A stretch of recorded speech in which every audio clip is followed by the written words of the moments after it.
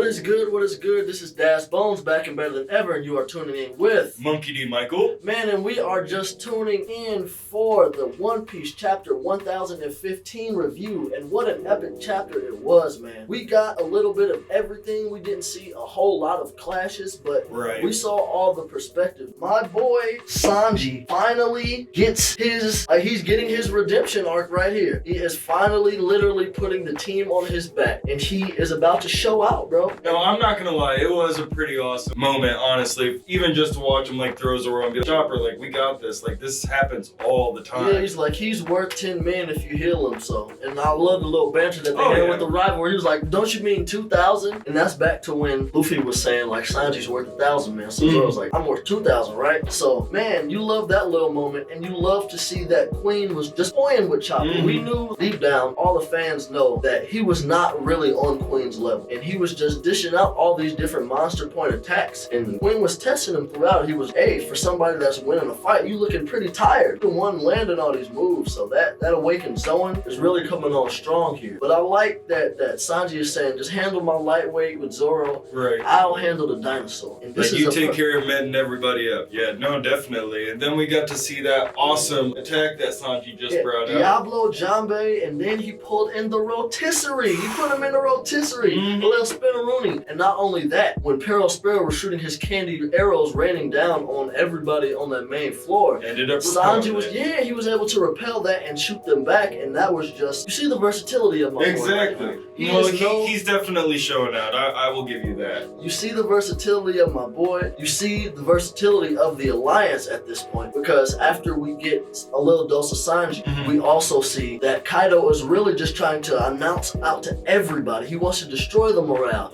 He wants to just let everybody know that Luffy's been defeated, just so they can like distract him, break their spirits. And not only Luffy, but all the scabbards, everyone. He wants them to think that like at this point there's no one in your corner. Yeah, there's nothing you're fighting for, and your generals have all been like the people that are leading your charge have all been like put down. Like the members of the Straw Hats just know here that's not how we operate, bro. We got way more they have way more hockey than that. So this is just a great moment because we see people who are even more experienced than them, like all of these samurai and all these battle-hardened people of Wano who have been through all this for like decades, and they've been through wars of their own. Right. But when it comes down to it, like that's what separates the Straw Hats from everybody else. And you love to see it because I mean, we even got to see it like when Kid and Law finally came into contact to start fighting against Big Mom. They even smiled like when they heard Momonosuke's message. Like they were super excited. Yeah, Law, you said, let's just play nice for right now, kid. Let's play nice for right now. You know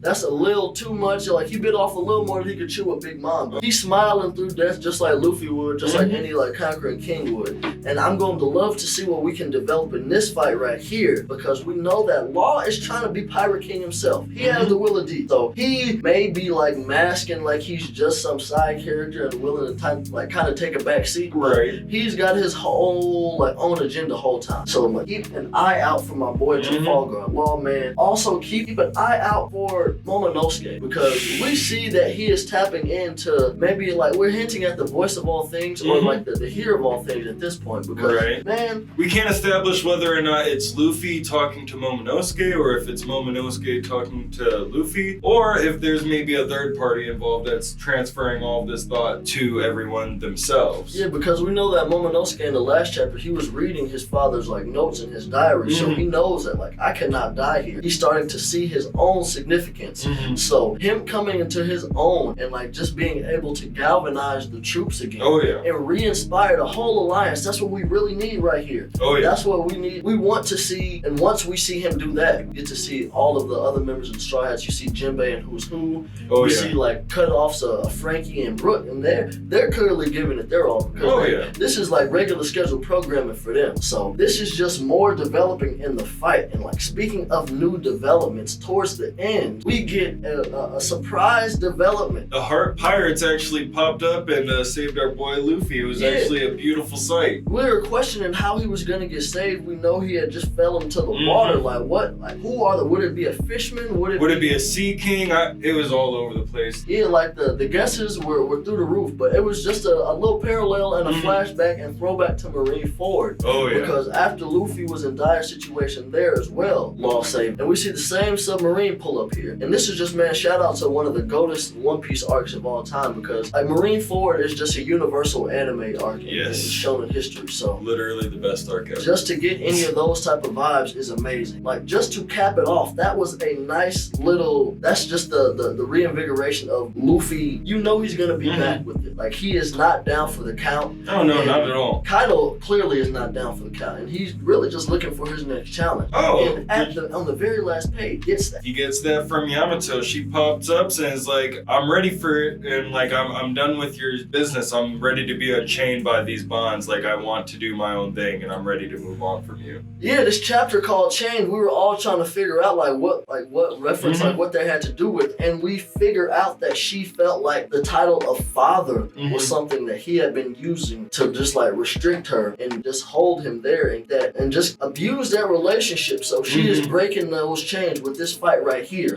And honestly, Yamato's gonna get her ass kicked, but I really want to see like the devil fruit, what she has to offer, what type of power. Like this is gonna be the opportunity to properly scale her, because we saw attacks against page 1. We see that she's clearly no slouch. Like she is the child of Kaido. And she has some particular devil fruit that we're gonna find out about. I'm definitely sure. So the devil fruit developments we're really looking forward to. More like one-on-one fights between like Sanji and Queen. Shout out to Marcos, who it appears to be holding it down with King right now. Hopefully we get more developments with that fight. But man, more One Piece content on the way. We are not on a break. Once again, Oda is really killing it. He's cranking them out right now. This is the second week in a row, so hopefully like this momentum keeps up into the summer, man. Yes. But be on the lookout for more One Piece content, more rich Streamcast content of all kinds. This has been Das Bones and Monkey D. Michael. You know the Lotus always moves twice.